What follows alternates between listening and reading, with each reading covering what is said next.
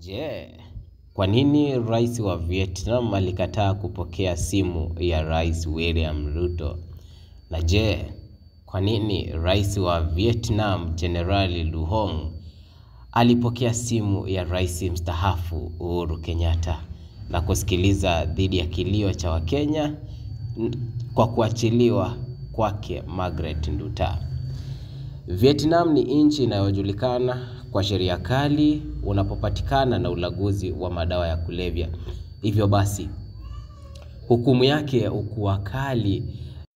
Haya ndiyo mazungumzo kati ya rais wa Vietnam Lu Hong na rais mstaafu wa Kenya Uhuru Kenyatta, wakijadiliana kuachiliwa kwake Margaret Nduta ambaye ni mwanamke wa miaka 37.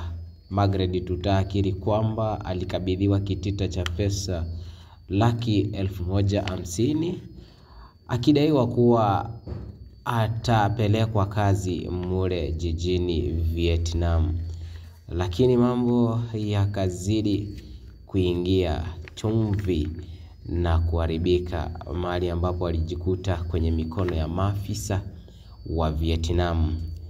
Baada ya ukaguzi kidogo, Nduta yazidi kuomba serikali kuu ya Kenya iweze kufanya maongezi na serikali kuu ya Vietnam ili kuachiliwa kwa msichana wao.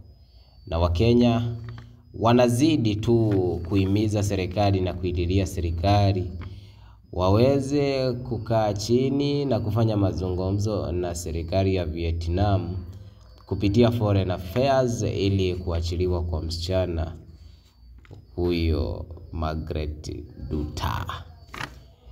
Mengi zaidi utayapata pale DK Pro Media. Subscribe and like.